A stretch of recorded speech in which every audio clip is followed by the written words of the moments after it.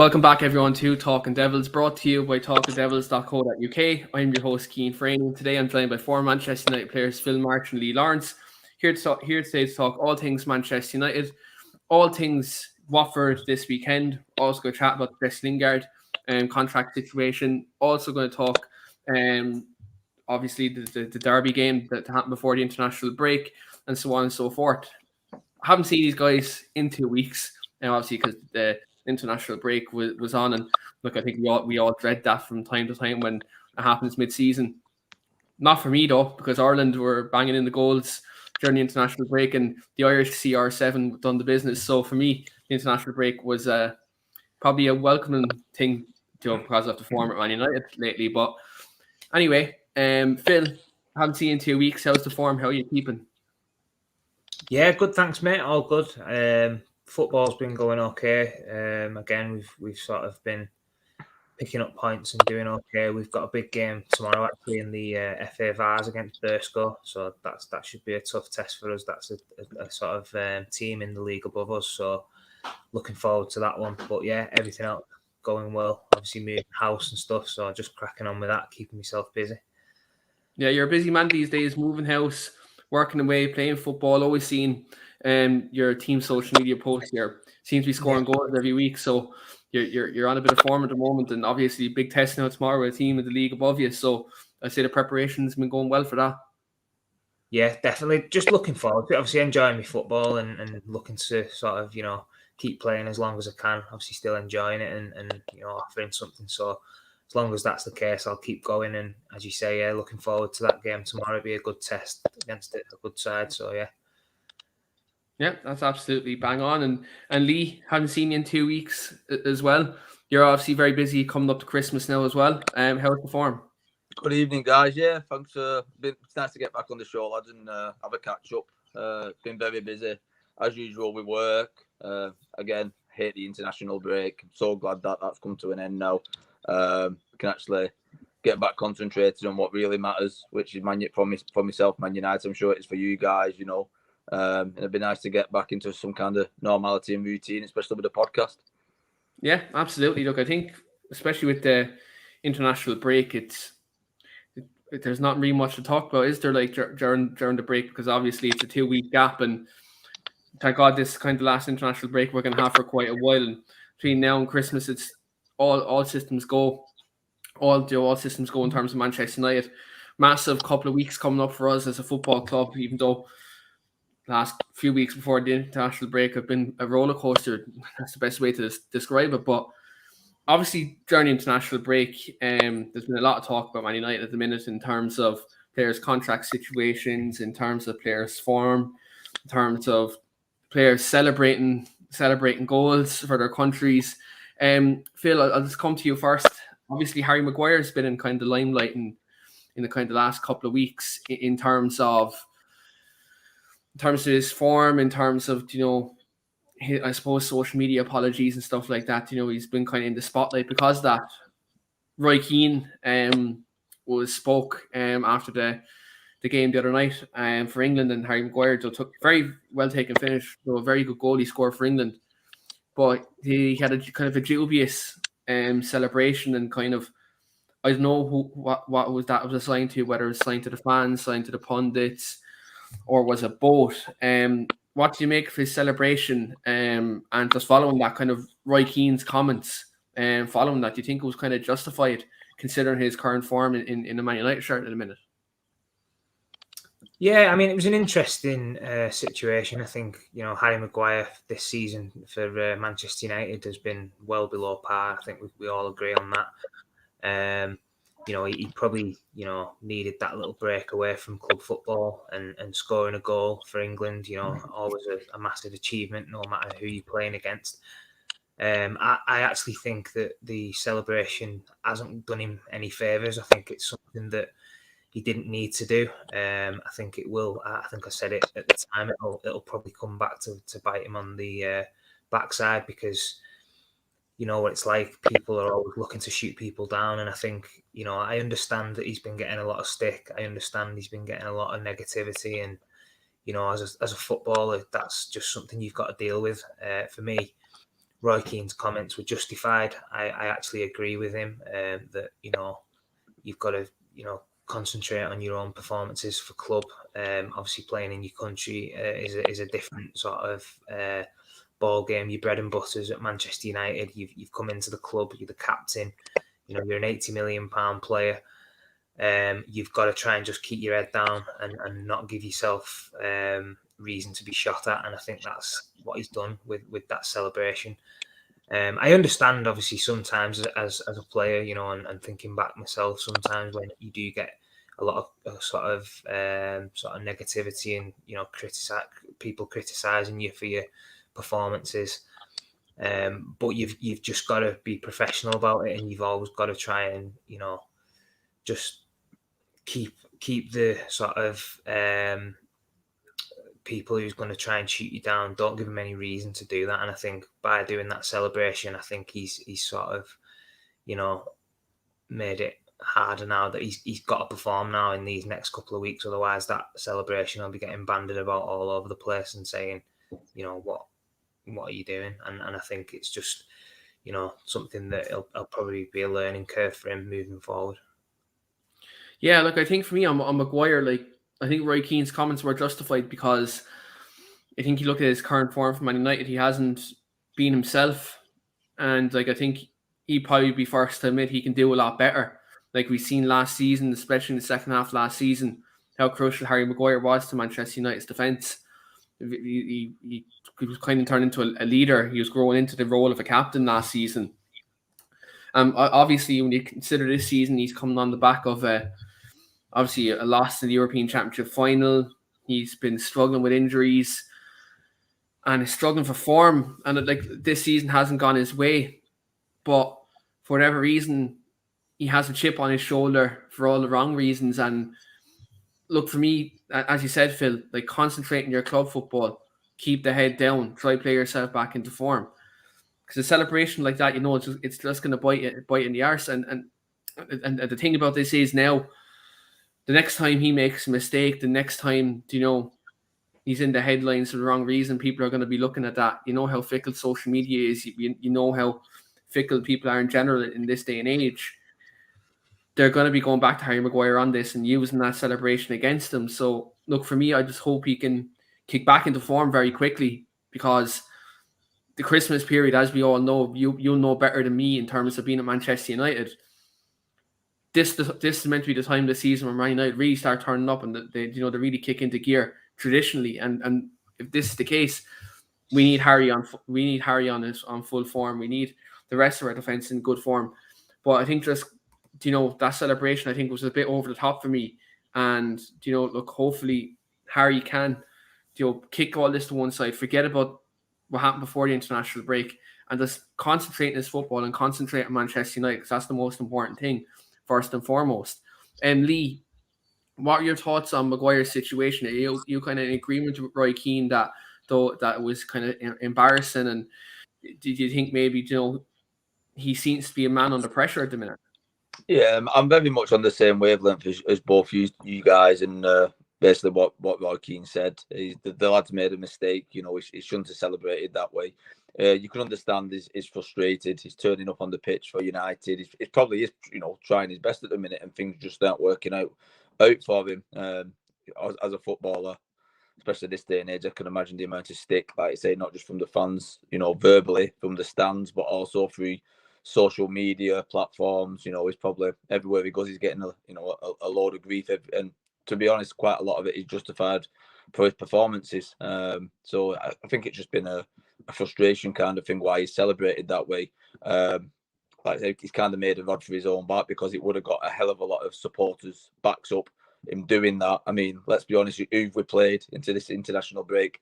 Me and Phil probably would get a game against the two teams we've played. Well, Phil might get on the bench, but it's, you know what I mean. It's he's not done it against Germany or Italy. You know what I mean. He's just done something and he's made a mistake. He's got to perform now, and he's got to come back. Like I say, he's the club captain.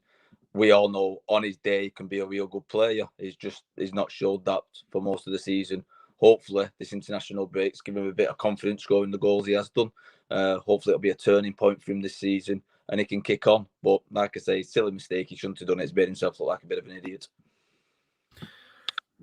Yeah, like, look, I think it is going to come back to bite him in the backside. Hopefully not as recent as tomorrow, because obviously we all know how this world is. Headlines we wrote, over sensationalized. We all know how it's going to go. So hopefully, especially tomorrow against Watford, he can pick back up his form, because it's something that we do need, especially at Rafael Varane out at the minute. We do need Harry Maguire to kind of come into his own and show leadership qualities at the back, because that's what we lack at the moment. I think at the back, most importantly, is leadership and organisation. Harry needs to start doing that again, like he did last season. And if he can, then look, we can improve at the back. But if he doesn't, then look, we're in trouble. There's no two ways about it. I'm going to come to a couple of comments, because we are looking at, though, Jesse Lingard and his contract situation. So I was going to come to Dave's comment first of all, and I'm going to get the lads' thoughts on the Lingard situation. Dave said Jesse Lingard should hold his head in shame over that picture earlier, considering history between United and West Ham. It was very foolish. So for anyone who's unaware, Jesse Lingard was on his social media platforms such as Instagram, and he had a picture posted up of him in a West Ham shirt. For anyone who doesn't know, West Ham posted up a video of one of Jesse Lingard's goals from last season for West Ham. And Lingard posted up the picture and also subsequently commented on the post.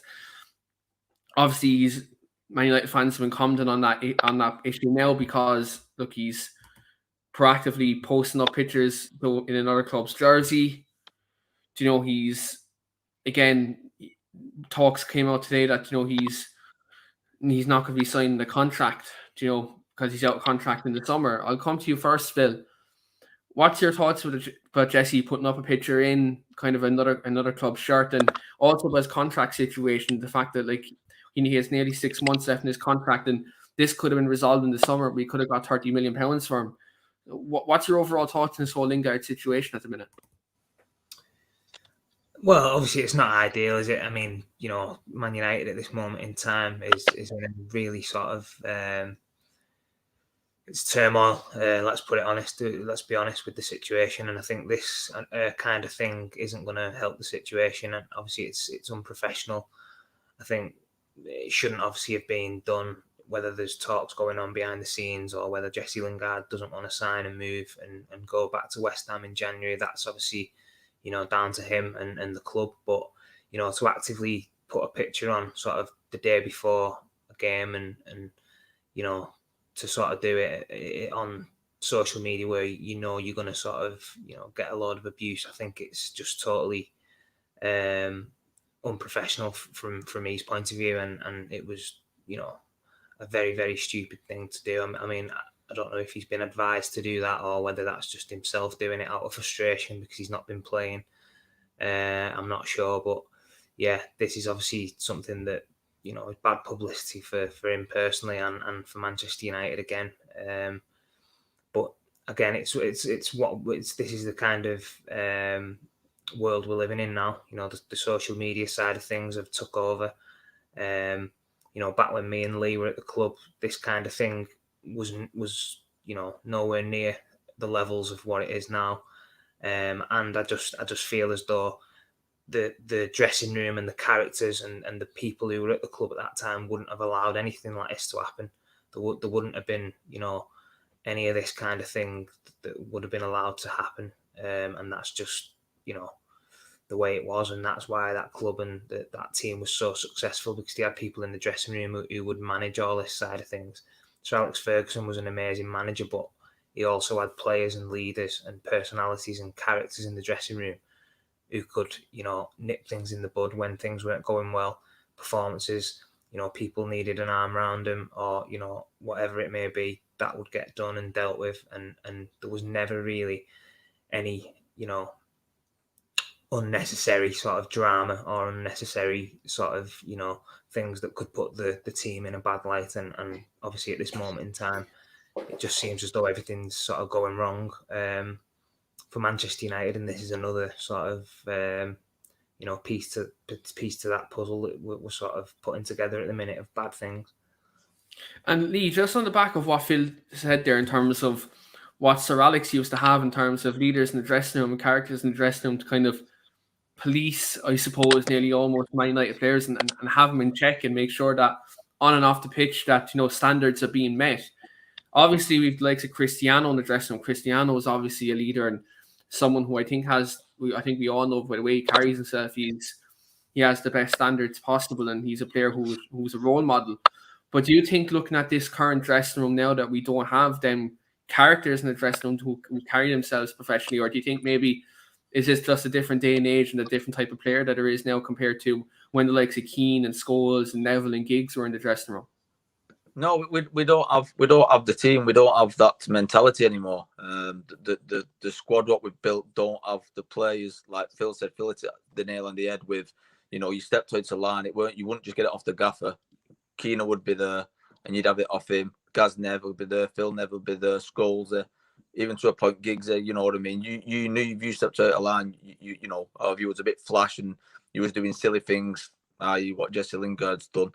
You'd be getting the backlash off, more or less the full team. It just you wouldn't have done it. It's just, you know what I mean. It's been there now. Jesse's been there a long time. He knows Man United through and through. He's grew up at the club. I can understand the frustration he's going through. If I was in his same situation, I'd be frustrated too. I'd want first team football. He probably deserves to get a lot more minutes than he has done. He should have been sold at the beginning of the season. Why we kept hold of him if we had no intentions of playing him, I don't know. And surely to God, he didn't have intentions of playing him, because when he has played this year, he's played really well. You know what I mean? He does deserve minutes. So I can kind of understand this frustration.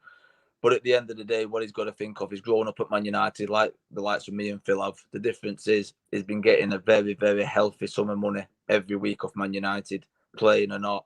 They've made him a millionaire at the end of the day. Well, he's made himself a millionaire, but have some respect for the club. What's made you the guy you are. We all know you're frustrated, but show respect. Show a bit of pride until you leave. Become a legend at the club. Maybe not a legend, but become someone who's liked really well at the club for being a Man United player and a Man United guy. Than doing silly things like putting somewhere you've been on loan and done really well. Who's a rival and. They're above us in the league. Just have a bit of respect. It's not hard, is it? You know what I mean? Yeah, and I think when you look at it from that perspective, you have to be professional. Like, at the end of the day, Man United, they pay his wages. You come up through the academy. You're meant to be one of our own. Like, there's a way to conduct yourself, and I think Jesse's let himself down. So I think all for all, I think Jesse Lingard, he's a very likable young man. Like, he always puts in the 100% when he's on the football pitch. Off the pitch, he seems like a really nice guy, though. Someone who would be a good character in the dressing room in terms of always being that upbeat character. But doing that now, I don't like that either, because you're putting up a picture in another club's jersey, as Lee rightly mentioned, a team who's above us in the league at the moment, a team that you're only at the club for 6 months. Like, less than 6 months, you're at the football club, So again, it doesn't sit right in me. Hopefully, I think the other thing is too, Keane. Sorry to interrupt, but I think what could happen is like Phil mentioned, has it come from him or has it come from his social media team? Has he been advised of his agent, or that never happened again in our day and age? But it might not be him. He might be getting influenced through other avenues. It should obviously know better to not do it, but you don't know what pressures you're under these days, do you? So it could, and I'm hoping it has come from elsewhere instead of directly from himself. But you never know, do you? Yeah, absolutely. I think that's where, look, again, his social media team probably let him down if it was them, if that's the case. We've a comment in from Matt here. I'm actually going to come to it there. Matt says Jesse needs to look out for himself. Just because Man United pay his wages doesn't mean to lie down and take a wage cut to stay at the club.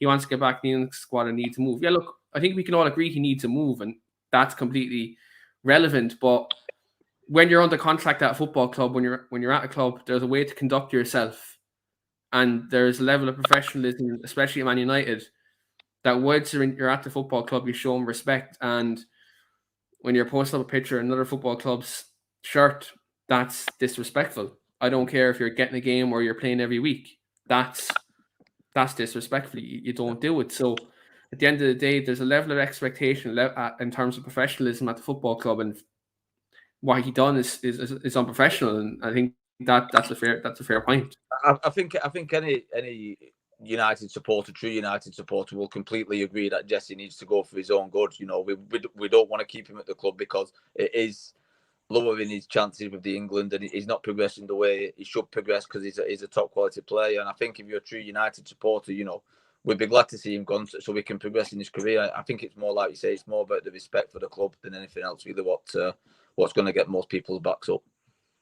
Yeah, absolutely. And look, that's again, it's not like the fact that, you know, he's posted on social media. It's just the way he done it. Like, again, a couple of hours literally after all, he said, like, he's going to play a vital part in these next couple of weeks. And then subsequently, a few hours later, he's posting up a picture of, you know, himself in a West Ham jersey. You know, that there's a way to conduct yourself, and that's definitely not the way to do it. Obviously, moving on, looking ahead to the international, obviously, we're after the international break. Now we're looking ahead, obviously, back to Premier League football, back to our bread and butter. Phil, massive game tomorrow away to Watford at Vicarage Road. Watford obviously have the new manager bounce at the minute with Claudio Ranieri. They seem to be playing quite well under him. They had a very smashing performance at Goodison Park away to Everton right before the international break, and Ranieri seems to be getting them playing very good, especially on the counter attack. Looking ahead to tomorrow, are you concerned about Watford's threats up front with the likes of Ismail Assar and former United player Josh King? Considering kind of, I suppose, the way we've been defending the last couple of weeks, would you be concerned about the direct nature of Watford's attack tomorrow?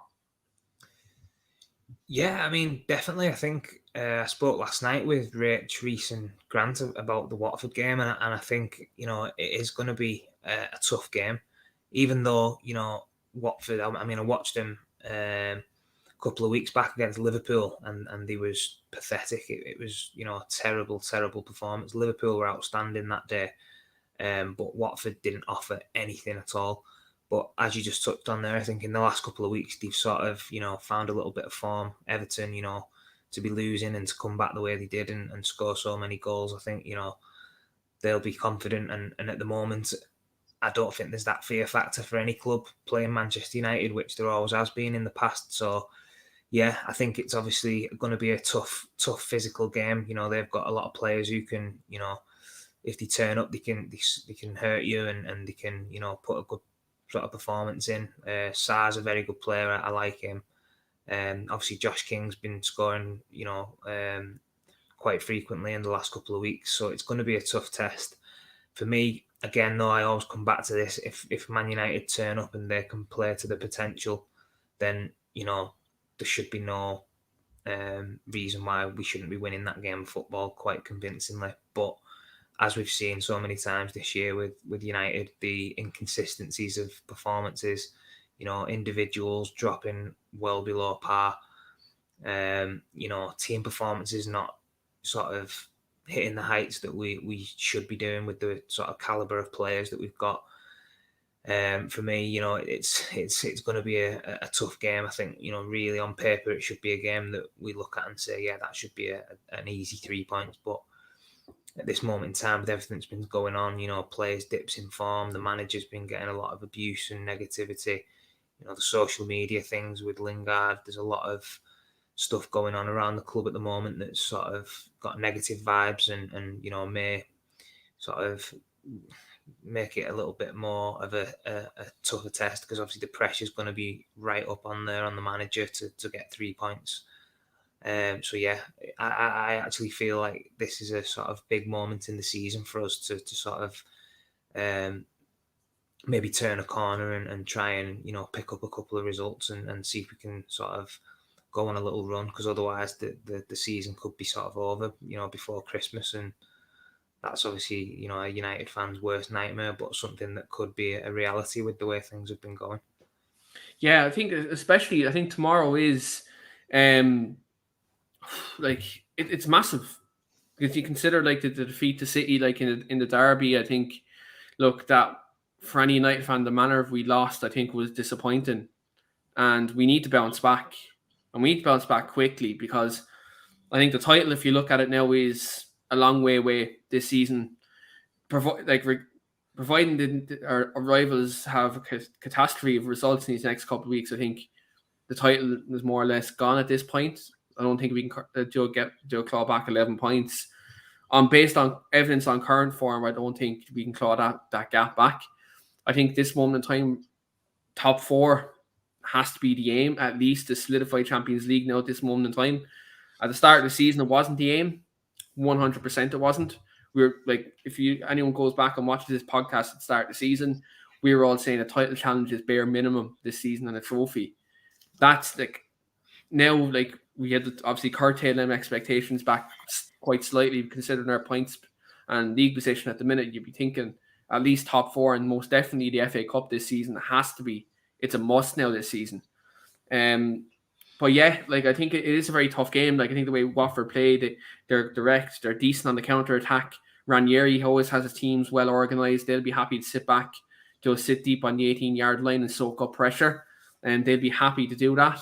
Obviously, they've energy in midfield with the likes of, obviously, another former Red in Tom, likes of Tom Cleverley in midfield, who he can pick a pass and he is very energetic. So, like, Watford do have, they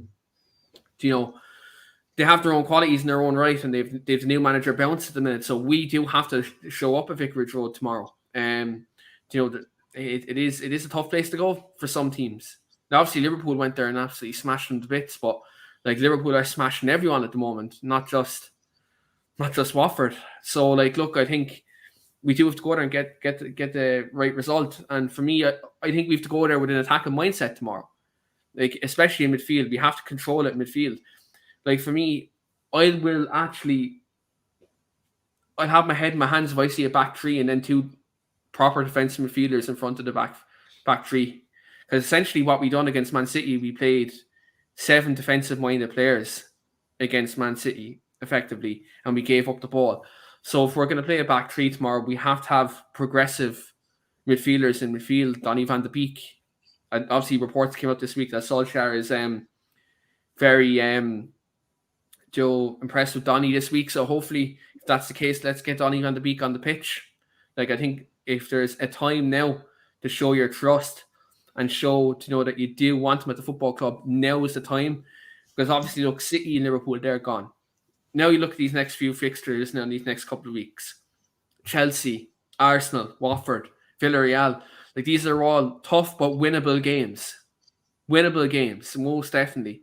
And these are games where we do need to take the initiative and win these games of football. But we have to take the initiative. There's no, like, the amount of times we've done this season where we've been too easy to play through in midfield. We've been lackluster at the back. Even there's some games we haven't taken our chances, only for Cristiano's brilliance up front. Like, there's been times where we haven't been as clinical as we can be, because we've fantastic attacking players. Like, Greenwood is going to be a superstar. Rashford seems to be slowly but surely coming back into form, though, after his injury. And then, like, obviously, when you have players like Bruno Fernandes, now, people can talk about Bruno and he's not scoring as much this year, but, like, the amount of assists that he has this year, like, he's 14 goals and assists, like 14 goal contributions in 16 games. Like, that's a brilliant record. Like, considering none of them have been penalty involvements, which people brand Bruno at that brush. If we can get the best out of these attacking players, we can definitely go out and win these games. But we do have to be more adventurous in our setup and the way we play. Because, when you have them type of players, you need to be, all guns blazing. You need to be, you need to be Man United. You need to play attacking football. And too many times we've lacked that edge. And I think if there's a time where we've always seen during Ollie's tenure, when his back's been against the wall, he's always come out of it, and he's always got results, and he's always gone on a good run to get us out of it. If there's ever a time to do it now for Solskjaer, it's now. Like, yes, you lost against Liverpool. Yes, you lost against Manchester City. But here's the thing, right? That's in the past now. You can't keep harping back to them results and say, look, we weren't good enough them day. We know we weren't, but now is the time where you respond. And let's try salvage something now of this season. Yes, maybe the title might be gone now at this point in the season. I know it's only November, but I'd imagine with the teams, with the standard that Liverpool and Man City have, and even Chelsea to the extent, like they've been quite consistent, and we haven't been that as consistent as them this season. Well, let's win as much games of football we can, and then let's see where we are later on the season. But if Solskjaer doesn't win these games of football, he's going to be under pressure, and people are going to be, they're going to be questioning his job. Which, look, football is a results business. If you don't get the results, ultimately people are going to question your future, and rightly so. If that's the case, if you don't win enough games of football, people are going to have their doubts. But what I will repeat is, Ollie, when he's been under pressure in his time at Man United, he's always come back.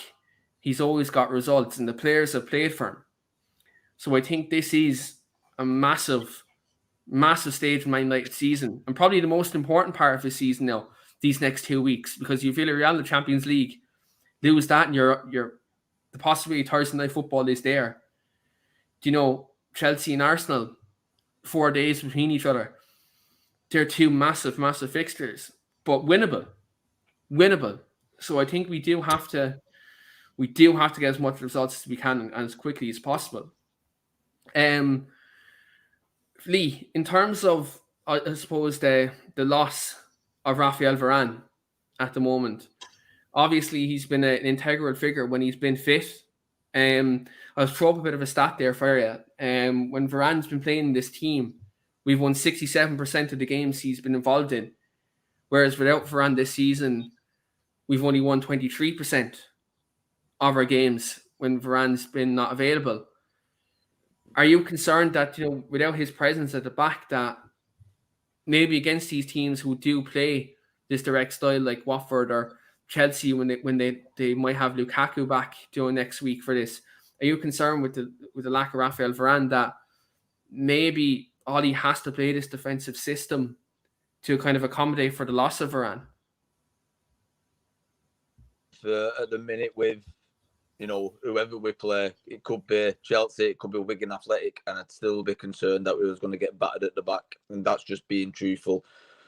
If that team tomorrow, that 11, can't put and change and put a performance in where they show effort, they show willing, they show that they're going to turn things around against Watford, and it's the ideal opponents to do it. If we can't put an 11 out tomorrow for them to turn up and potentially get the season rolling, then I'd give up, because you look at our 11, you look at Watford's 11. Yeah, they've got some decent players. Would you put them in a United squad? They won't get on the bench. Let's be honest. Sar's a decent player. He's the only one really where, we've had Josh King. We let Josh King go. Everton's had Josh King. They let Josh King go. They're probably the two most dangerous players for them. For me, we should be now wiping the floor with them. And it's all right to blame Ollie and, stats and, formations. I understand that, we do need to be a lot more attacking, but players sometimes need to take it on the chin, and they need to think enough's enough now. Let's show what we can do. Tomorrow, they need to turn it around. They need to show that they're much better than they have been, which they are. We look at the individual brilliance you've just been on about Fernandes and his stats, and, the players we've got, the big money players we've got, what they've done at other clubs. We should literally be wiping the floor with Watford tomorrow. And I just think that it is a must that we turn up, we play well, and we comprehensively beat them to get the season rolling. Like you said earlier, you listen to how we're speaking at the moment, and like Phil said a little bit earlier, everything's negative about Man United at the moment. It's negative vibes, you know what I mean?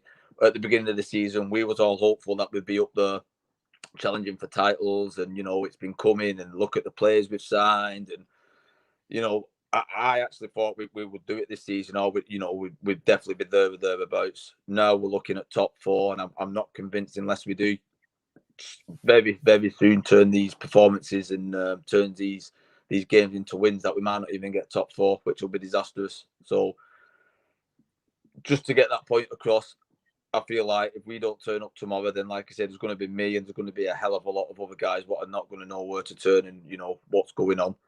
As opposed to the defence, yeah, Varane for me is the best central defender that we've got. Massively, it's going to be a massive miss.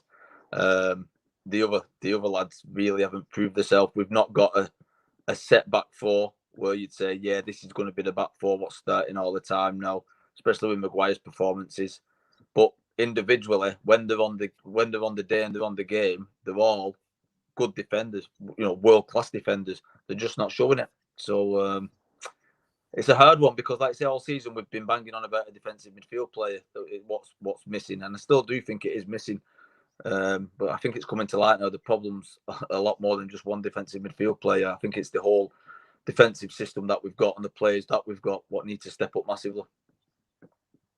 Yeah, like I think the organisation we've been a bit all over the place. Like at the back in midfield, it's a bit disjointed. Like the only, I think, organised performance I've seen this season from us probably over a full 90 minutes was Spurs away. I mean, look at the gaps between defence and attack. There was no space. Obviously, Leeds at the start of the season, look, they're just tailor-made to play against us. We could play them every week. 9 times out of 10, we hammer them. And that's with no disrespect. It's just the way they play falls into our hands and the type of players we have. But other than that, if you look at performances this season over 90 minutes, we've never had kind of a sustained performance. And as you said, Lee, the players have been culpable at the back. They're like, the manager can put me out on the football pitch and you can have as many tactics as you want and you can do as much in training, but if you're not switched on over 90 minutes, ultimately, that's on you as well. Like I think it's a collection of everything. Obviously, at the moment, in terms of players, management, all that crack, like it's all a collection of everything. And the blame is on everybody at the moment for the performances, not just one person.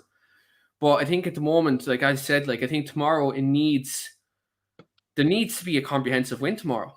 Like, even if we go out there tomorrow and win 1-0 or 2-1 and the performance isn't convincing, like I will sit here next week and I will say, the same concerns I have that I've saying tonight and I've said every other week, in terms of our performances.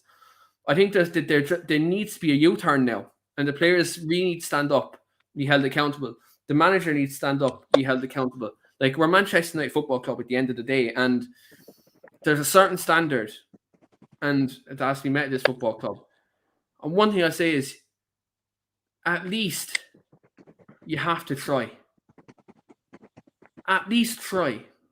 Because there's been times I've looked at the players and body language wise, sometimes they look like they can't be bothered. I was in the stands at the City game, and I was looking at, the likes of Rashford and Greenwood, and usually they're full of energy. They're walking around on the pitch. So McTominay, I seen Fred giving out to Harry Maguire, who's our captain at the end of the day. Like, Fred was giving out to Maguire and trying to tell Maguire what to do. Maguire kind of stood there, kind of his hands up like this and saying, I was like, I don't know. Like, at the end of the day, everyone needs to be held accountable at the minute. You're professional footballers, and you earn hundreds of £1,000s a week, and you wear the Man United badge. When you put on that shirt, and you two will know it, you know it best. Effort is expected when you go out on that football pitch. You wear your heart in your sleeve, and you put your body and soul on the line for the Manchester United shirt. And if you don't do that, then look, maybe this football club isn't for you. Yeah. Because there's a standard of this football club that needs to be met. And if you're not meeting that standard, you have to go elsewhere. They look lost. What I've watched of them the last, like I said, the City game, they look like they're standing on the pitch. And yeah, it doesn't look like they're putting effort in, but they look lost on the pitch. They don't look like they know where they should be or what they should be doing. I mean, I mentioned it. I don't think it was on this show. I think it was on the other cast. What we do when you're on about you're watching the lack of effort. I mean, obviously I was a fullback, so I watched the fullbacks and the defenders a lot more than I watched any other positions. And we got taught basic. If that the winger you're up against has got getting the ball, close him down, get there, don't let him have his head up and get time to whip that ball in. It's like they don't even jog out. They're just like, right, go on, pick your cross, and then I might come to you. And it's just basic defending. What they don't look like. Should I not? Should I go? Should I not? I don't know what to do. They look lost. And whether that's coming from the management or just whether they're just confused at the moment, I don't know. But it needs sorting. Yeah, they 100% do. And again, it's a level of professionalism. I know we spoke of professionalism.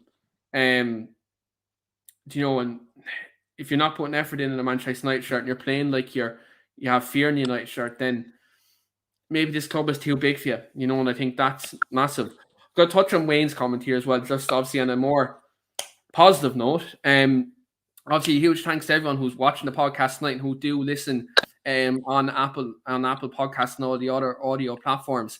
So a huge thanks to everybody. This season, our podcast is number 1 on the Independent United podcast on Apple Podcasts at the moment.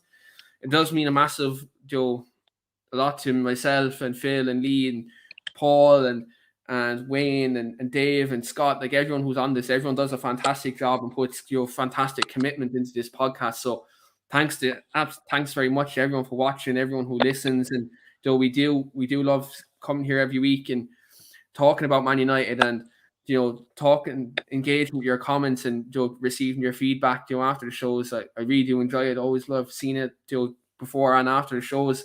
But thanks very much to everybody. And look, we will be here all season. Plenty of podcasts to come. We've plenty of plans, not just for these normal podcasts. I've been talking to Wayne about a new podcast I will be hosting on here on Talk the Devils, which will be coming soon as well.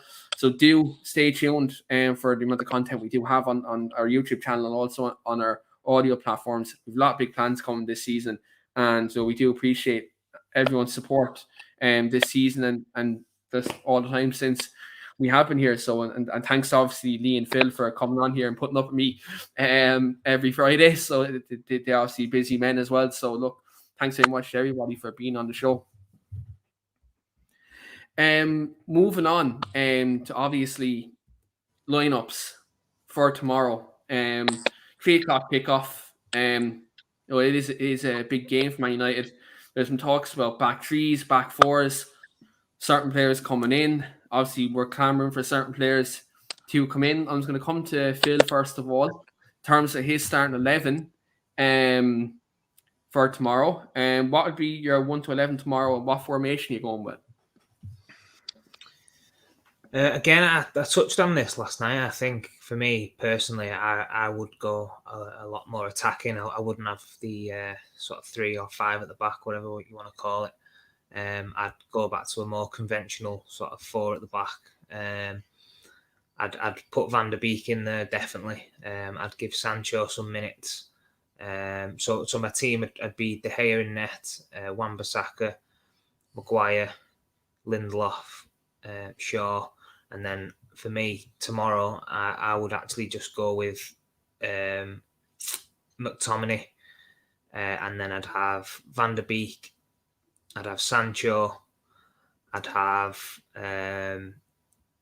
Greenwood. I'd have Ronaldo. And I know, obviously, Pogba's not eligible, is he? Because he was sent off. So for me, I think, I was going to say Jesse Lingard, but depending on obviously what, obviously the backlash of this sort of social media post and stuff. I mean, I don't know what'll happen in regards to that. I think all he's obviously stated that he was going to be involved in his plans sort of in the next couple of games. So whether that'll materialise now, I'm not too sure. But I do think there'll be a lot of changes tomorrow, and I think that would be the wisest thing for Ollie. I think I mentioned it again last night that he's in a bit of a lose-lose situation at the moment with the team. If he sticks and sort of stays with the same team and we don't get the result, he's there to be shot at. And on the flip side of that, if he makes a lot of changes and then we don't perform again, he's going to be getting criticised and people are going to be saying, why didn't you stay with the same team? So yeah, I actually think he should actually make a few changes and go with some of them players that haven't really been given the fair opportunity and let them have a little crack of the whip. I don't think we've got anything to lose, really. Yeah, definitely. I think we definitely have nothing to lose. And I think if you look at an international break and certain players coming back kind of late from the break. For me, I'm definitely in the boat of giving a couple of players a chance. Obviously, the Champions League is after this as well, so you kind of have to have an eye on both games for me as well. So I'm going to go De Gea, Wan-Bissaka, Maguire, Boy, Telles. I'm going to go with Van de Beek, and I'm going to go with Matic in midfield. I think Fred obviously played 95 minutes the other night against Argentina, and he actually played quite well, but he's coming back quite late. So will he start? I don't know, but for that reason, I'm going to go with Donny and Matic because both of them are fresh, and I think if we're going to a game where we want to keep the ball and have the ball, Matic and Van de Beek in this type of game against this type of setup would be my pairing and to dominate the play. Obviously in front of him, I go Bruno on the 10. Again, just looked at that inclusion speaks for itself in terms of what he can do. Jadon has to be given a go on the right for me. I think Sancho has to be there. I think, look, when he came on against City, yes, he didn't score and get an assist, but you could see what he could do in terms of taking the player on, beating him, and getting a ball into the box. We need that. We need delivery into the box, especially for Cristiano. It is needed. For me, then, look, obviously Jadon on the right, obviously Bruno on the 10. I'm going to go Marcus Rashford on the left because obviously, look, again, he's going to be fresh. He's been on form since he's come back. He's got a couple of goals, and to be fair, he is a player against this Watford side. We need players to get beyond Cristiano, whereas we have Sancho's industry in terms of his creativity. You do need runners off Ronaldo as well. So for me, I think Rashford provides that off the left-hand side. And when you have Rashford obviously cutting in on the right, there's space on the overlap. And I think Alex Telles would, give us that delivery from the left-hand side in that regard. So I think Rashford will be appropriate right. And again, look up top. Obviously Cavani's still out. So the greatest of all time is up top, Cristiano Ronaldo. But look, if Jesse was available, maybe Jesse could have played off the left, or he could have played on the right, but he could have got a game. But after today, I don't know if the manager will give him a game. But again, it's just one of them things. I'm going to come to a couple of comments as well, just before I get these lineup. Reese has chimed in with his lineup here now. Reese has said De Gea, Wan-Bissaka, Maguire, Maguire, Shaw, Telles if Shaw is not fit, Matic, Van de Beek, Fernandes, Sancho, Greenwood, Lingard. Woo! He's gone with Sancho, Greenwood, Lingard front three. That would be ambitious, only for, I think, obviously Lingard's situation today. I don't think that's going to happen now. I come to another lineup here now. Come on, StreamYard. There you go. Billy is throwing in his lineup here as well. Billy says David De Gea, Wan-Bissaka, Maguire, Lindelof, Telles, Donny, McTominay, Sancho, Rashford, Bruno Fernandes, Ronaldo. Kind of similar to me and Phil's lineup. That's the lineups we have there in the comments. And also just a comment in from Wayne to myself, Lee, and Phil. And Wayne says, also personal note for me, Wayne, thanks to Keane, Lee, and Phil for doing this every Friday night. Legends, a lot of you, great conversation tonight in the show and in the chat. Absolutely. And guys, do get your comments in with regards to this weekend's game. We will be doing our score predictions as well in a while. And I will be throwing a couple of curveball questions at the lads as well, which I made them aware that I will be throwing a couple of curveballs at them. I haven't told them what the questions are yet, so stay tuned for that later on the show. But Lee, give us your starting 11 for tomorrow's game. More or less the same as you, Keane, if I'm being honest. I've gone obviously De Gea in the net, Wan-Bissaka right back. Did you go by it? I've gone by Maguire as my centre back. Yeah, I went by Maguire. Yeah, I've gone Telles on the left. I'm not right in saying Shaw's injured, isn't he? I think he might have got injured with England. I'm not sure now. Yeah, I think there's a doubt around Shaw because of injury. So I'd like to see Telles have a chance anyway. I've watched videos recently, like I said on the last podcast of him when he was away over in Portugal, and he seems, if he could get a run of games, it could be a real good prospect for us down that left. So I'd give him a go. I'd definitely put Van der Beek in. Like we've all said, we've been saying it from buy someone, give them a chance. Same as Sancho. And then if they don't take the chance, then fair enough, fire them off and get someone else in that position. But to not be giving you chance, it's criminal. You've got to give them a chance. It's got to be done. It's rather now and ever now, isn't it? So for me, I'm going to go Van der Beek. I would like to try him out with Fred. Like I say,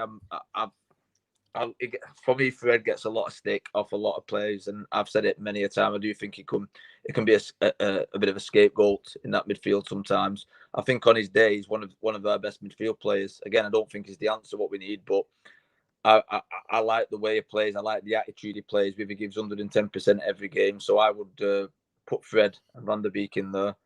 Sancho, I'd put on the right, put him in his position where he's been bought to play, give him a run of games. Let's see how he does. If he's not doing that well, it should have been done at the beginning of the season, to be honest. I know they did give him a couple of opportunities, but let the lad bed in and then make your decision, and then if he's not done it for 5, 6, 7, 8 games, then let's have a look at putting Jesse in there or something. But for me, got to give Sancho a run now. Fernandes is an obvious choice. Rashford on the left and Ronaldo up front. We have to put Ronaldo up front because he's the only one who's scoring our goals, really. So you can't drop him at the minute.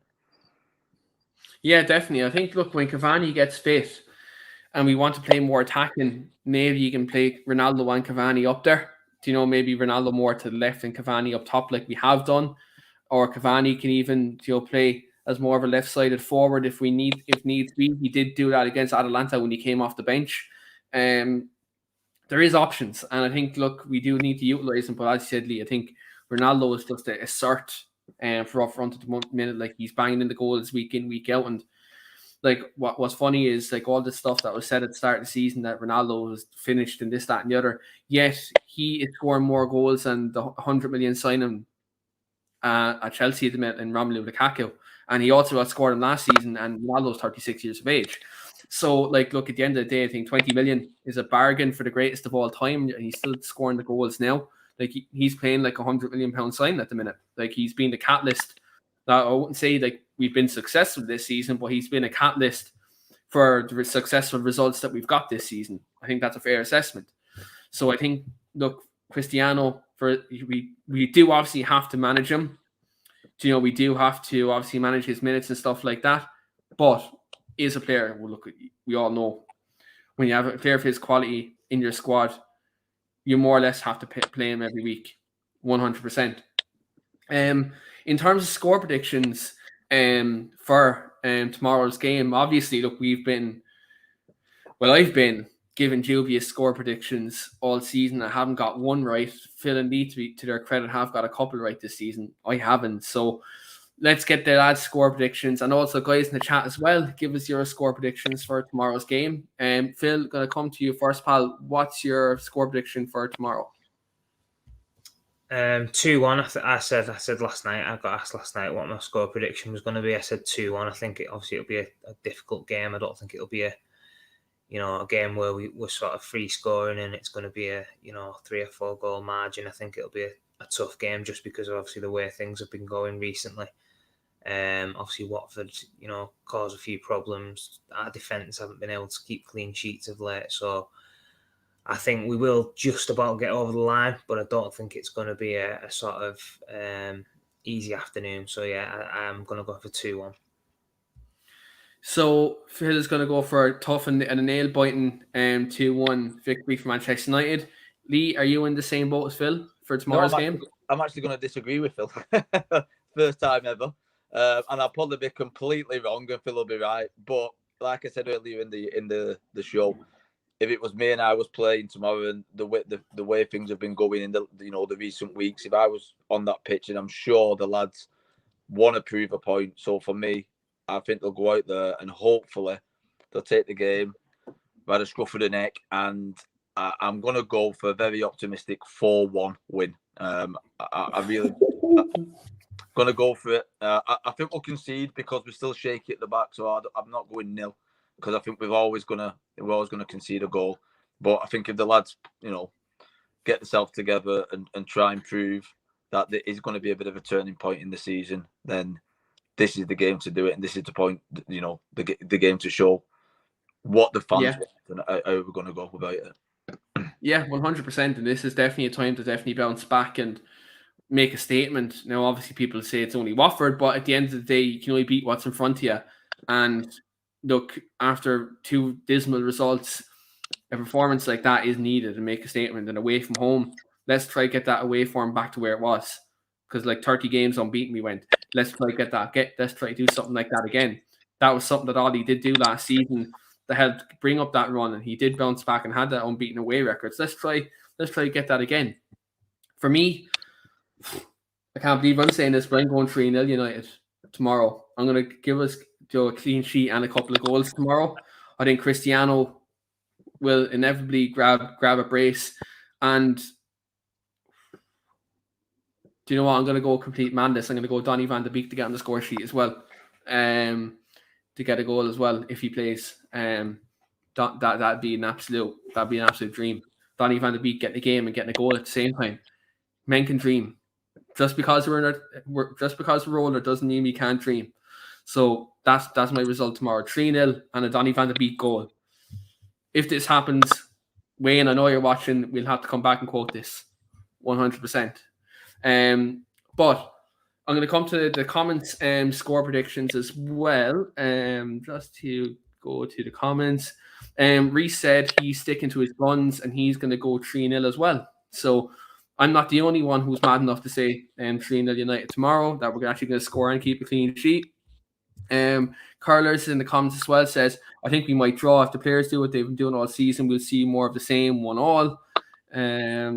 Get more score predictions. Billy's in the comments as well. Billy says, I'm going 2-1 United. Can see the usual 1-0 down. Twitter goes mental. Then 1-1. Bruno Fernandes scores. And then Mr. Inevitable, Cristiano Ronaldo scores the winner again. Jesus Christ, my blood pressure tomorrow will be through the roof if that happens tomorrow. Reese also gives us his full scores if StreamYard will cooperate.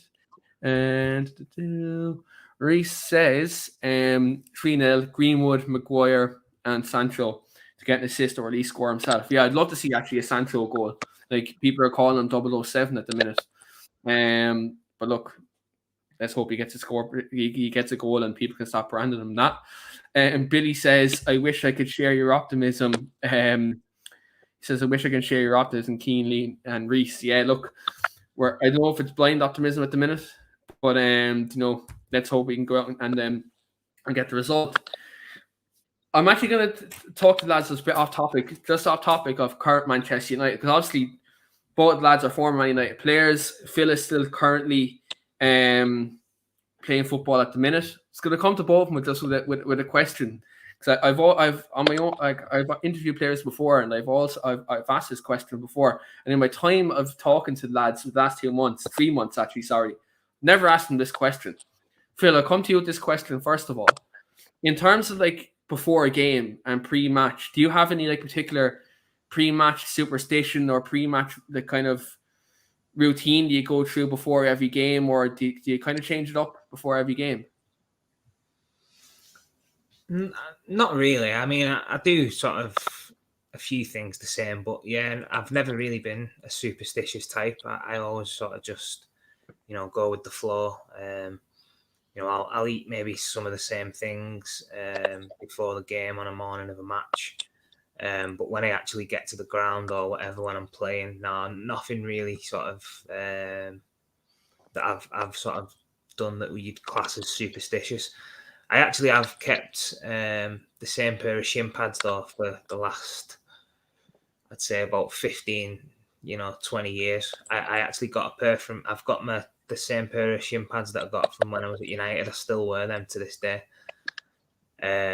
So whether that counts as being superstitious, I don't know. But I kept them shin pads. I mean, I always used to, play well in them and sort of just kept them. Shin pads don't really ever break unless you get a really bad tackle or whatever. So I've kept them and they've served me well. So yeah, that's pretty much as superstitious as I get. Yeah. Reese has his. I'm going to come to Lee and his one. Reese is out to give me his pre-match superstition as well from playing football. Reese says, "Oh Jesus Christ, how do you do this? Always drink 2 bottles of Pepsi Max or Pepsi Max Cherry and eat a bar of chocolate is mine." How are you doing that before a game and not getting cramp? How are you not getting cramp? You must do the mother of all stretching before the game if you're not getting cramp doing that before a game. Jesus Christ. Lee, do you like when you were playing for Manchester United, when you were playing football, did you have any particular like go-to pre-match meal or kind of do a pre-match kind of, I suppose, superstition or anything like that before a game? Not as such. No. There was quite a few lads which used to do some very particular weird things what I could never really understand. The meals were always kind of made for us anyway in the canteen before matches or took. So we only had a very limited choice of food what we could eat before a match anyway. One of the things I did used to do was a couple of days before I used to get in the bath with my football boots on because we used to have a room that used to mould to your feet and you'd be able to play better if the boot was actually moulded to your feet. So I did used to do that. Was one thing I did used to do. Never used to work. Just used to have damp socks when I used to go on the fucking football pitch. You know what I mean? But that was one thing I used to do. And I always remember Paul Scholes gave me a pair of boots, very similar than Phil, where he said he's about his shin pads. He always had the same shin pads. I tried to every match. I wouldn't train in the boots that Scholes he gave me, but I'd always try and play my matches in them. I don't know why, again, because you'd think you'd train in the boots we're going to play with. But I used to train in my own boots and then wear Scholes' boots on a match day. So that was the only superstitions I had, really. Pair of boots off Paul Scholes. That's an absolute dream. And I had them for years, mate. Years I had them. Yeah, I was devastated when they were knackered. Oh, stop. Like, I'd say, do you know what? You put on the Paul Scholes boots and what you'd have to do is just look up and just try ping passes like he does. Yeah. Oh, my God. That was the problem. I couldn't fill them. You know what? Funny you're talking about boots. When I actually was leaving, when I actually left, I went down and seen Albert in the boot room.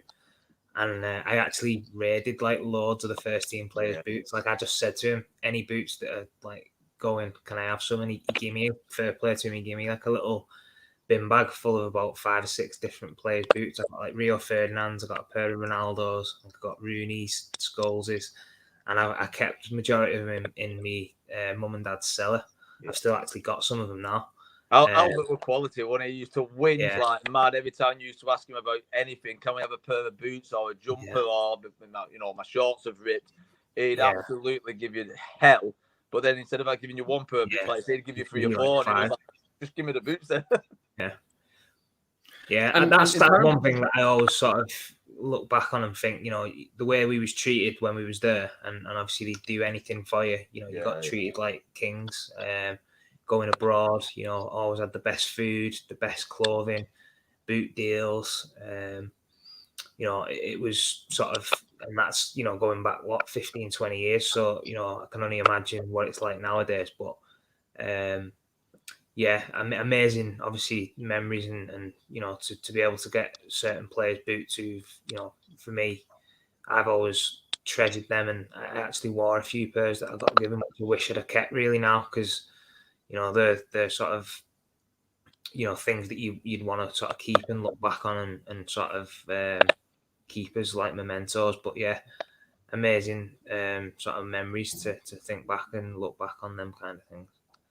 And like in terms of like, both your times at Man United, like in terms of being on the training ground and kind of preparing for games and stuff like that, who would be like the best player in training? Like who would be the most competitive? Phil, who was like the most competitive on the training ground? To be honest, I mean, I wouldn't really single any player out. I'm just sort of, very boring. But every single player used to be competitive. When I think back, every single player, whether it was training or in a match, they was all winners. They all wanted to, be in the team, even though sometimes you wasn't in the team. You was always trying to prove a point. The standard of training was always like really, really high. The coaches and the players, to be fair to them, never let that sort of standard dip. I think it obviously filtered down from the first team, that with the likes of, the players they had we obviously, watch them train and the way they did things and the professionalism and the winning mentality. I think that was sort of driven into everybody at the club. And, we was very successful when I was there. I'm sure Lee was the same with these respective teams when he was there, and I think that was just something that was a given. You all had to train as you play, and that's as the saying goes. So for me, if I had to pick anyone, I've touched on him a few times, like Paul McShane. I used to hate playing against him. He would be one who would always sort of, get stuck in, throwing tackles in, even if it's just on a Friday, the day before a game. He'd be, wearing his heart on his sleeve, and somebody who always sort of, gave 100%. But again, I think that goes for all the players. There was never really anyone who I seen and thought, what, he never seems to do anything in training but turns up on a match day, because I don't think you can do that, especially at that level of football. You've got to do it consistently throughout the week, whether you're in the gym, whether you're injured and you're trying to get back fit. You've got to give 100%. You've got to do everything you can to get yourself in the right sort of preparation to sort of give yourself the best chance. And I think when I was there, certainly the lads and all the sort of people was all sort of pushing in the same direction for that goal. Yeah, and look, that's what we always talk about in terms of United. Like, it doesn't seem like that now, but we always have that level of standard. It's always good to see that, and you both experience it. I'm going to come to both of you this question. I'll just go to Lee with this one first of all. It says, can I ask Phil and Lee who gave them the best advice of their career? So Lee, I'll come to you first on that one. Yeah, I've seen Billy's question there. I've just been having a little think as Phil was talking there. It's a great question. I think the coaches overall, there's three probably main coaches for me what stuck out from being picked up at 9-year-old, progressing obviously through the ranks and getting your YTS, and then going on to the 17s and 18s and getting your professional contracts. I'd say the guys which offered me probably the most advice and helped me most throughout my career was a guy called Tony Whelan, who's still heavily involved in the club now. Absolutely fantastic guy. Had us from being kids, made every aspect about it fun, but taught you respect and taught you the way Man United played. So Tony would definitely be a guy who I really look up to, and I still do now. He was a fantastic mentor. Moving on from him, I had Paul Mcguinness, very similar. Worked with so many superstars. Bit of a legend again at the club himself. Can't speak highly enough of Paul. Fantastic bloke. Still in contact with him. Lovely guy. Man United through and through when he was there. Helped me out hell of a lot. And then one of my personal favourites was a guy called Neil Bailey. I knew Neil through. He's from Wigan, where I'm from, so I knew him kind of outside outside of football. I kind of know his daughter and his family. But Neil again was a fantastic guy who helped me out and gave me a hell of a lot of advice from probably 17 to 19. They're probably the three main coaches who taught me a lot, not just about being a footballer, but about becoming a decent man and a decent human being. And I'll be forever grateful for that, if I'm being honest.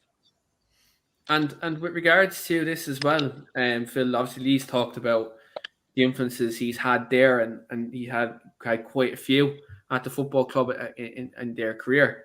Who would be kind of the best person who's given you advice over your time at Man United? Yeah, I mean, just touching on the guys Lee's mentioned there again, three amazing coaches, Tony Whelan, Paul McGuinness and Neil Bailey. They're three coaches that I obviously had, dealings with as Lee did, and, you can't speak highly enough of them. They was fantastic with me again, and I'm sure all the players who came through would echo that. For me, it was Eric Harrison, actually, who I actually sort of was the first person who gave me sort of a little bit of a boost, and he just sort of opened my eyes really to sort of, what I was doing at the club. I think when I first initially signed at the club, I was 11 years of age, and it was a massive jump from me from going playing obviously at Wigan Athletic, which was a centre of excellence, to Manchester United, one of the biggest, if not the biggest club in the world, and to see how successful he was as well at that period, it was sort of a big daunting sort of thing for me, and being so young and going in there and playing with the players that I was playing with, I was sort of a little bit unsure whether I deserved to be there. You know, you question yourself sometimes when, you know, you're sort of making that massive step up. But Eric, you know, fair play to him, I think he was about 13, 14 at the time. And I think I was going through a little bit of a bad spell where I think he just picked up on it, that he maybe thought I was a little bit low on confidence, or, you know, things weren't quite going the way I wanted him to. And he just pulled me to one side and just sort of said to me, listen, he said, this is Manchester United. He said, you wouldn't be here if you wasn't good enough. He said, just believe in yourself, and sort of, you know, that basically just to say to me, like, you wouldn't be here basically if you wasn't good enough, and we all believe in you. Start believing in yourself a little bit more.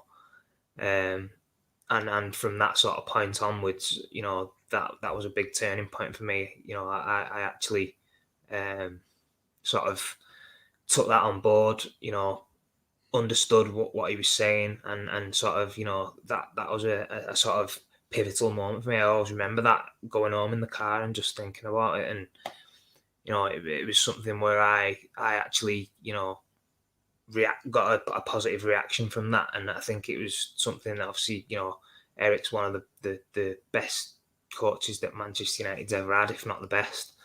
So to obviously have that coming from him, and obviously the players that he's, you know, coached and you know what they've gone on to achieve and stuff, it was something that I obviously, you know, really sort of, it meant a lot to me, that, and from that point I sort of started believing in myself a bit more, being more confident, and just, you know, trusting my own ability, and obviously that then, you know, helped me to get a full-time contract from the age of 16. There was only 3 lads obviously who got kept on at that point.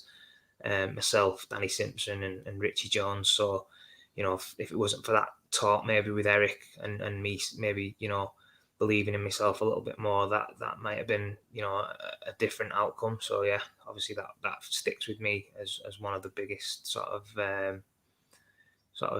you know, factors in my sort of progression as a kid. Yeah, and Eric Harrison is someone who's like one of the forefathers in terms of coaches at the cliff at Manchester United. Someone who's world renowned in terms of his influence over Manchester United's youths, especially like players like yourself, Lee, obviously the likes of Scholesy, Giggsy, the Neville brothers. They obviously all came through under stewardship under Eric Harrison as well in that time. And he's someone who, from everything I have read about his work at Man United, everyone speaks so highly of him, and someone who had such a great influence on the younger players at Manchester United. It's evident when you see players like yourself and Lee, and like obviously all the other players who've come out from our academy. They've obviously come out being great players, but they've also came out great humans as well. And I think that shines through his stewardship at the time. So, obviously, I see Reese's comment as well. Maybe always be resting in peace, absolutely. And someone who's had a great influence over our great football club, and someone who is legendary at our football club, 100%. It's going to come to Reese's comment there, just for you both. Says, which player had a nastier streak in games or training for your memories at United? Phil's already touched on it with Paul McShane. I don't know if he has anyone else. Lee, I'll come to you with this one. Who had a kind of a nastier streak for you? Oh, shit. Are you on mute? Sorry there. Sorry. I said, off memory, the player for me, if things weren't going his way or he was having a bit of a tough time, I always remember Kieran Richardson used to be one nasty little bugger. He didn't mind leaving a foot in ever. In training, if things wasn't going his way, he'd leave a foot in on a Friday, even if he was playing on a Saturday. It was that kind of player, you know. He used to spit his dummy out and try and take someone's leg off if things weren't going his way. So yeah, I always remember Kieran being a little bit like that. And the times I trained with the first team, I would say the most tenacious, and it probably won't come to a surprise to anyone really, was Paul Scholes. I think we've touched on this in the podcast before. Scholes did the first time I went training up with the first team. I'll never forget it. I thought they'd take it nice and easy on me. I think I was about 17, 18 years, of age. First tackle absolutely mullered me. which were fine. You know what I mean? But he was one of them who. It like you're learning the real way straight away kind of thing. And I always remember, and Phil will probably tell you, because I'm sure Phil probably trained with Scoldy more times than I did. If there was a tackle there to be made, whether it be training or, you know, a five-a-side or whatever, he was making that tackle, whether he took using the ball or just the ball, that tackle was being made. So yeah, they're the two players what stick out in my mind with that one. And like Scholes, was someone that took no prisoners. He literally just took no prisoners on the training pitch or on the pitch. Great, brilliant technical footballer, but man, my God, he was someone who never took a prisoner and always had a great standard. And I just love Paul Scholes, absolute genius of a man and a footballer. Compton Billy as well says amazing stories and sounds like amazing memories for you both too. Absolutely too. I always love listening to the two lads. I remember there the last podcast I sat here and just in awe, literally, just listening to the two lads' stories, and it's always great to get their perspectives on their time with the football club. Come to Dave's comment in here now, and this is a good one. I'm glad I threw these curveballs in because these comments coming in are absolutely brilliant. Dave says, salaries aside, who would you have preferred to play in today's Premier League or the era you played in? Phil? Nah, 100%. I would have preferred to have played when I was there. I just think the players at that time, the dressing room, the manager, obviously the way football's gone nowadays with all the social media and all that side of thing, I think it gets a little bit, you know, blown out of proportion. Where, you know, them players back in the day, that the only thing that mattered to them was winning 3 points on a Saturday, and if they didn't win, I mean, I seen Reese's comment before when he was saying about all these apologies on Twitter and stuff after every game. I was thinking back, and that made me think about.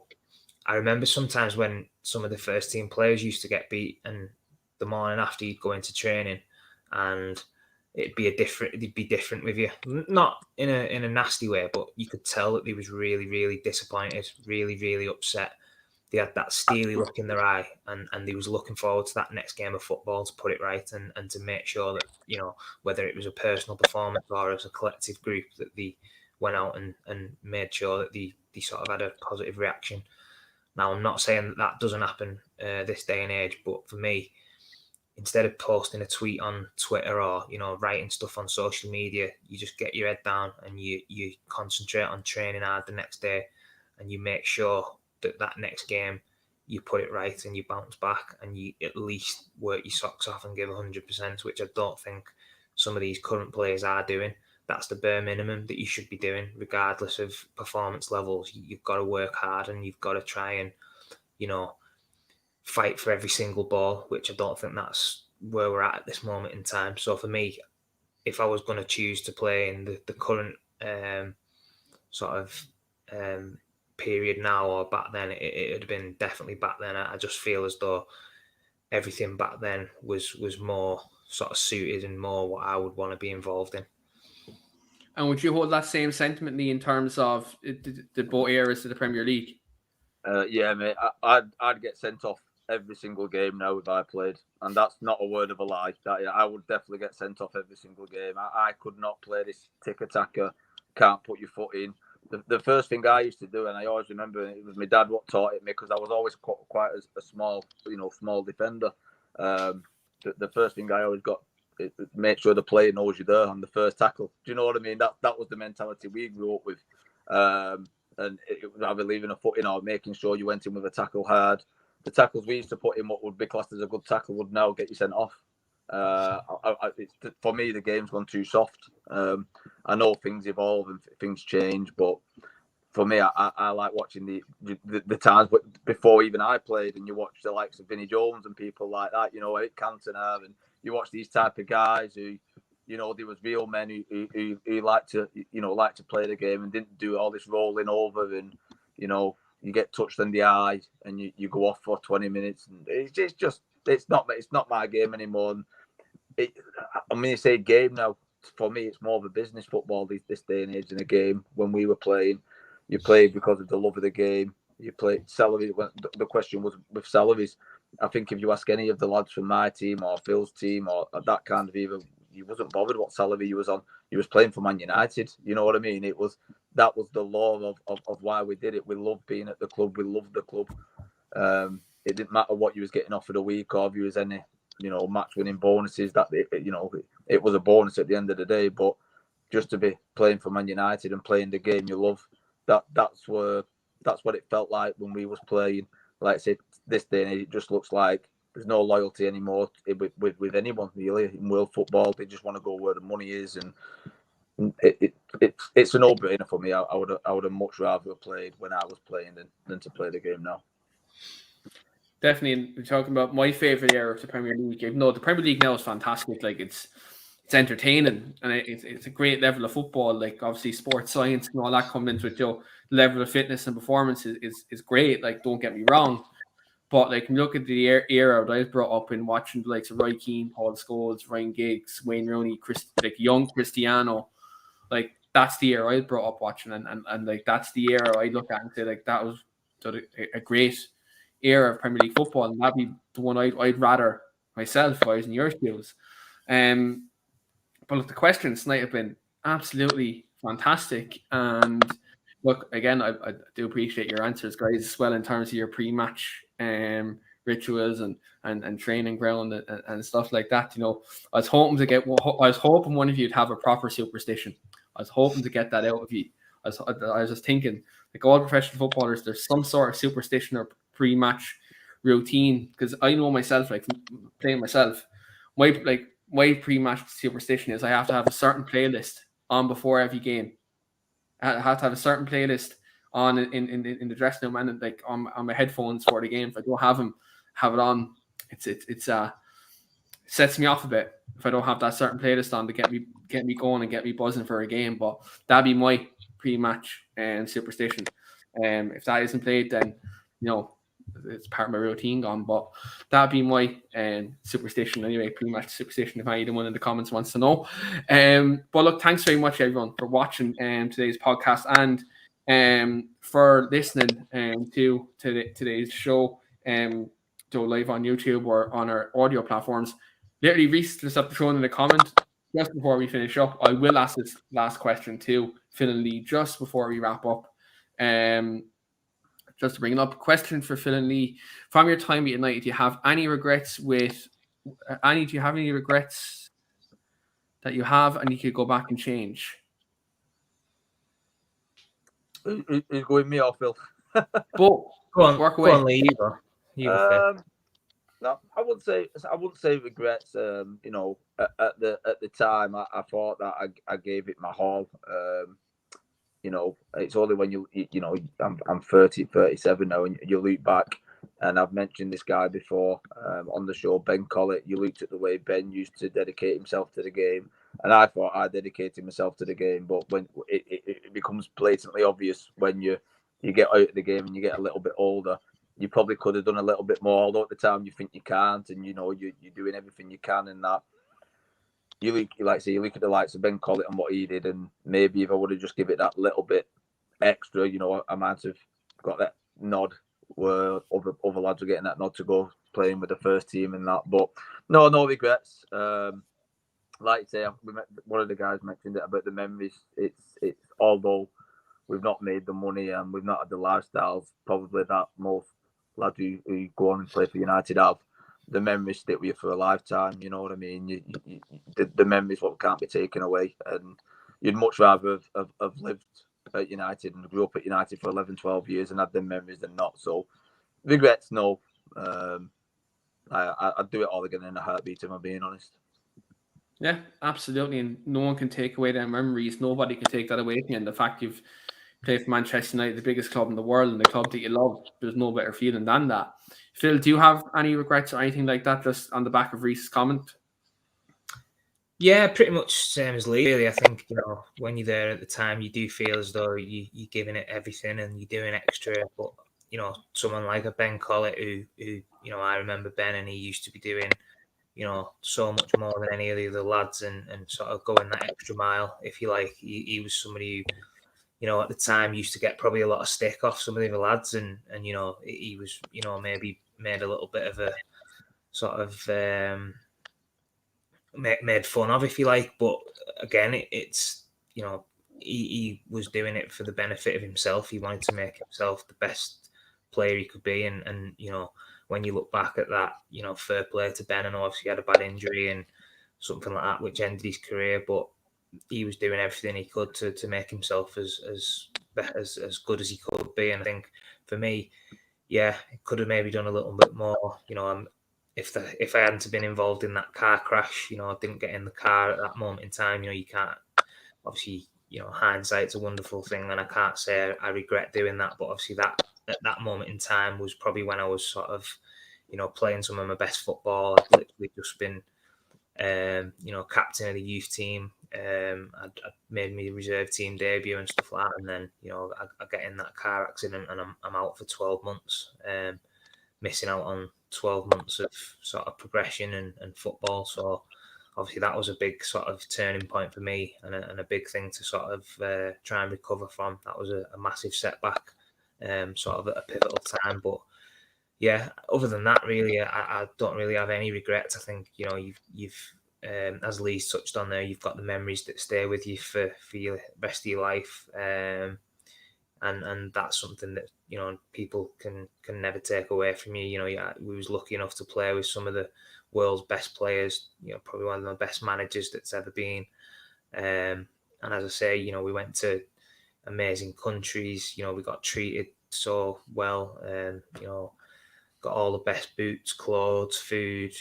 So it was just an amazing experience. And as Lee said, we'd do it again in a heartbeat if we could.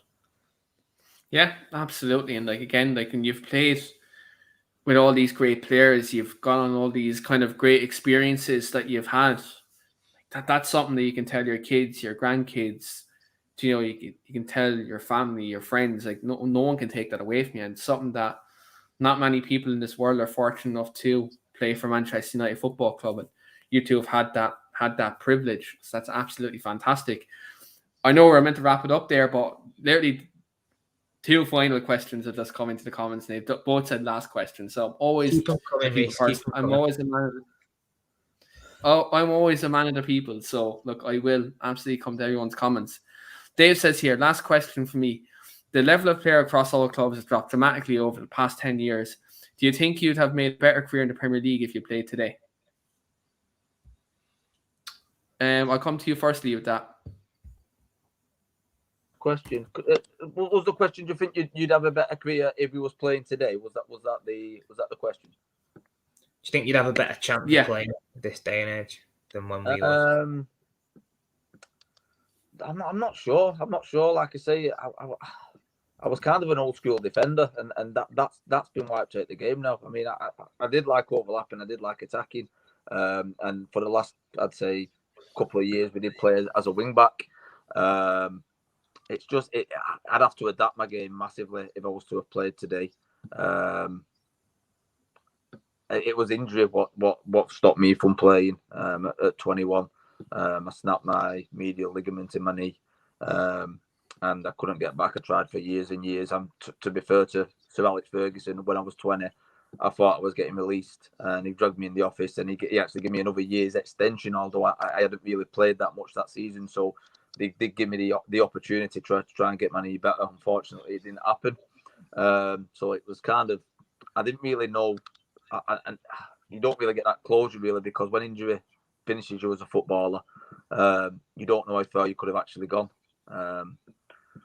But as of today, I would say no. I think he had a real good opportunity when I was playing to further my progression. If not with United, hopefully with being a Premier League player. Just unfortunately, Manny had different ideas.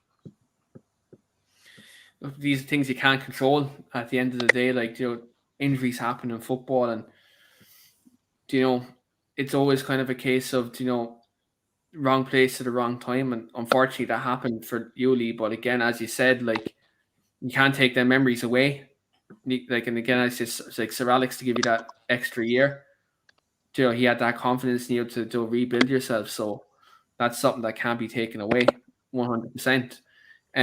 Phil, do you the same? Do you think you maybe, like when you look at your career, obviously being a great attacker and scoring a lot of goals, do you think looking at this day and age of Premier League football now, would you have liked to play in that? Yeah, I mean, I think for me personally, at my time at United, I had that injury, and then I came back, and I ended up managing to make my debut and stuff. But for me at that moment in time, in terms of trying to break into that team with the likes of Rooney, Cristiano Ronaldo, Van Nistelrooy, all these players, it was so difficult for a young lad to sort of break into that team and try and get it of breaking into the team. Whereas as the transitional period for Man United now, the sort of there's not really, obviously until Cristiano Ronaldo's come back to the club, there wasn't really anyone who was like an absolute nailed on cert to be playing. And I think younger players, as we've seen with the likes of Greenwood, Rashford, McTominay, Lingard, get more of an opportunity to maybe come in and play more games. So yeah, I think obviously if it had been at the club maybe 10, 15 years later, I might have got more opportunities to play first team football. But again, that's just hindsight. I would obviously love playing today's game. I think it's suited to my style of play. Obviously I'm getting on now, but when I was in my prime, I'd love to have been playing in the Premier League, the speed of the game and all that kind of stuff. I would have loved to have been involved. Yeah, 100%. And like again, as an attacker, like when you look at your time at the football club, you had obviously Wayne Rooney, Ruud van Nistelrooy, Ronaldo, Louis Saha, Ole Gunnar Solskjaer, Alan Smith. The competition you had, Phil, was absolutely ridiculous, man. But the quality in training, I'd say shooting drills must have been an absolute treat. Yeah, it was, and that's not to mention obviously the other lads as well who was trying to get involved like into the team with me, like Giuseppe Rossi, Fraser Campbell, Danny Welbeck, Sylvan Ebanks-Blake. All these are kind of players as well. Players who were knocking on the door like myself, trying to get into that first team setup. So yeah, obviously difficult time to sort of break into the team, but again you've got tough competition every which way you look. So it was all obviously going to be a hard task for anybody. Yeah, 100%. Final question of the night, guys. Who is the one player Phil and Lee played with who they're surprised didn't make it at United? I'll come to you first, Phil, with that.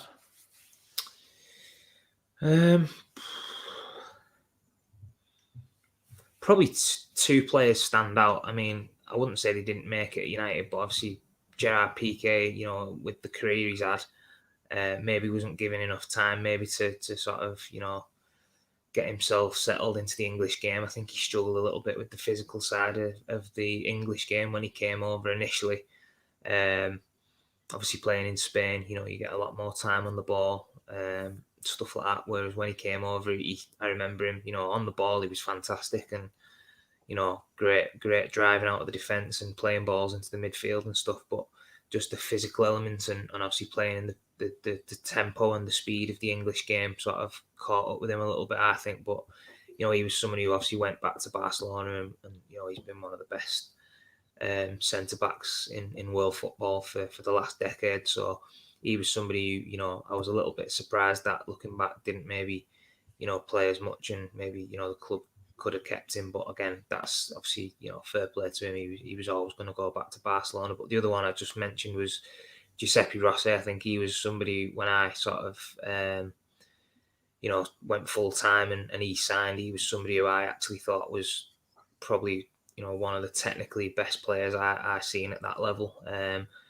In terms of size, he was very small, but he made up for it with the ability he had on the ball. His feet were unbelievable. He's very quick feet, didn't he? Yeah, he had unbelievable feet, and he was really strong as well, actually, for quite a small guy.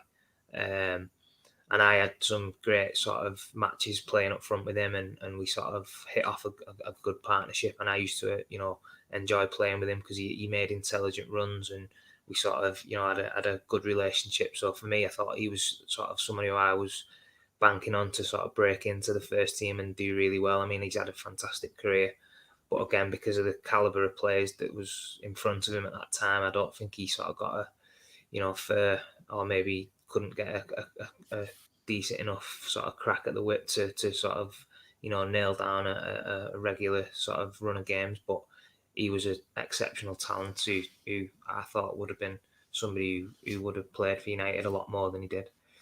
Yeah, he was an exceptional talent. I remember watching him like years ago, even when he went on to play in Italy afterwards, after United. Like, he's very quick feet, very intelligent the way he moves, and good little finisher as well. Kind of, player who reminds me a small bit like that was Javier Hernandez as well. After that, he was kind of similar to him in terms of the way he'd move and how like he'd have quick feet and know where to be at that kind of crucial time. They're kind of very similar in the way they play. Lee, for yourself, just on the back of the final question, any player who you played with the time of United, that you were surprised they didn't kind of reach their full potential at the football club? Yeah, it's total agreement with Phil with this one. I think if you ask any player of my era and of Phil's era and in and around them age groups, how the hell Giuseppe Rossi didn't nail down a first team place, from what we seen of him, got me beat. He was a level above what all we was doing in the reserves. When he trained with the first team, he looked comfortable. He looked nailed on to break through and be the next big thing for United. I was very, very surprised when he got released. The potential he had was massive. He was an outstanding footballer. Phil's just his attribute. He had everything really, didn't he? Phil, he was strong. He weren't so big, but he was very strong. Could hold the ball up. He was skillful. He could score the goal from nothing. Great lad too. Great mentality. Fantastic on and off the pitch, and like Phil said, he has gone on to have a great career. But again, you ask any lad who had the pleasure of sharing a pitch with him for a couple of seasons like we did, and I think they'll all tell you the same. It would be definitely Giuseppe Rossi. Yeah, definitely is a fantastic player and someone who, he did a very good career, like in terms of other clubs, after Man United. So definitely a player who was someone who maybe he didn't like fully make it at Man United, but he made it elsewhere and done very well for himself. But that's all we got time for today, guys. Thanks very much, everyone, for your comments and your questions in there tonight. We'll be back next Friday with the podcast. Again at the usual time. We will be talking Manchester United versus Chelsea. That will be a massive game. Hopefully we're talking about a win tomorrow as well.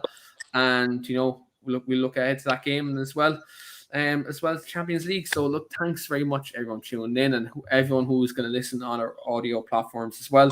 Don't forget, guys, hit that subscribe button just below Lee there and to the right of Lee on your screen. And we're actually nearly at 3K subscribers. So if you're watching for the first time, you do like the stories from Lee and Phil, do hit that subscribe button. We do always have former players on this podcast.